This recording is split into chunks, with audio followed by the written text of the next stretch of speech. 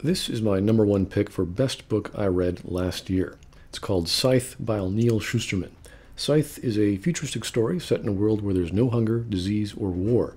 People live forever through a technological immortality, and the populace are generally happy and content. There's this AI overmind called the Thunderhead that takes care of all your needs.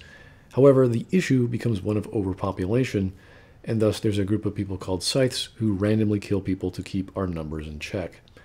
I'd say that this is the one negative aspect about the story. The story never fully, truly tells us how bad the concept of overpopulation is, or why the Scythe exists to that end, and must exist. It's kind of detailed and kind of glossed over, but we can run with the idea that in this world, death needs to be a real thing.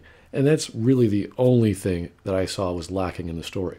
Out of all the futuristic utopia or dystopia stories out there, I'd say this is my favorite. It just has excellent grammar, it has 2 compelling main characters, lots of action, and it's not that long a story. The 2 main characters see the Scythedom in their own way, which is not unlike how you do romance stories, where the protagonist and the antagonist are the couple, and they're just 2 people with different perspectives on the same thing.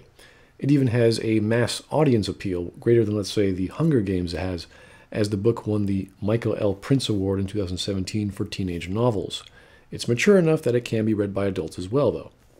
Now, if you don't think futuristic dystopia worlds with immortals with a cabal of murderers running around is interesting enough for you, well, there are 2 other anthology books in the description I'm sure you'll love by 2 famous and rather prolific authors. For a larger review and some spoilers of all 3 books, check out the links in the description. All right, and the sequel just came out last month, so I'm sure there's going to be many more books to come after this.